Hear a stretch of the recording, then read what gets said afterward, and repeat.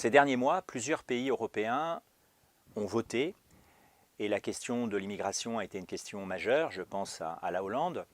Il y a aussi des incidents très regrettables en Irlande, en France, qui montrent que cette question de l'évolution de la composition de la population et de l'immigration va être un sujet extrêmement sensible dans les prochaines élections et plus largement dans les prochaines décennies. Et il convient de regarder cela avec lucidité de plus près. En premier lieu, je pense que cela résulte d'un double phénomène. Tout d'abord, prendre conscience que l'Europe est dans une dépression démographique extrêmement profonde depuis maintenant un demi-siècle, du Portugal à la Russie, en passant par la Pologne ou l'Italie. Le taux de renouvellement de la population est largement inférieur à 2, l'indice de fécondité est entre 1,2 et peut-être 1,7. L'âge moyen de la population a énormément augmenté. Dans certains pays, il est autour de 45 ans. Et par ailleurs, évidemment, en Asie et plus largement en Afrique, nous avons des populations jeunes où beaucoup de gens cherchent un avenir meilleur, ont d'ailleurs souvent des diplômes mais pas de travail.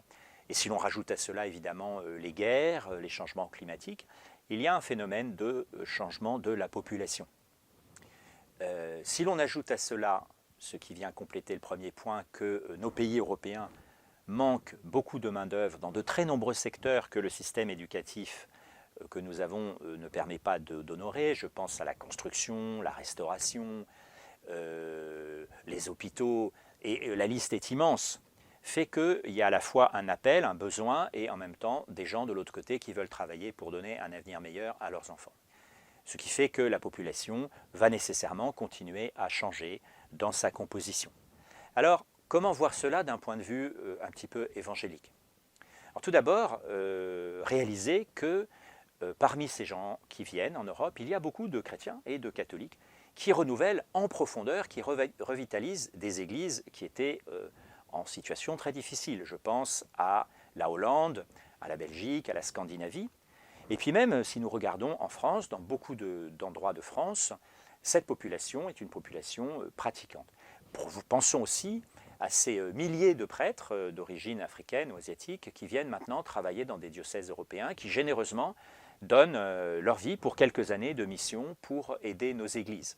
Ça, c'est une première réalité et ça contribue à renouveler, à rendre plus catholique notre expérience en Europe. En deuxième lieu, il faut voir aussi ces populations non chrétiennes comme un champ pour la mission, comme Jésus les verrait. Il y a à Berlin une église évangélique avec des centaines d'Afghans qui sont baptisés et qui sont vraiment engagés dans la foi de manière extraordinaire. Donc, ces populations qui sont maintenant et qui seront demain sur le sol européen sont aussi une chance pour la mission. Alors voilà, regardons ces réalités importantes, ces réalités qui nous travaillent, qui peuvent susciter des réactions de peur légitimes et aussi des réactions d'appel à la mission. Voilà, regardons notre contexte européen futur, à la fois avec lucidité, mais aussi avec un style évangélique. Bonne route vers Noël à chacun.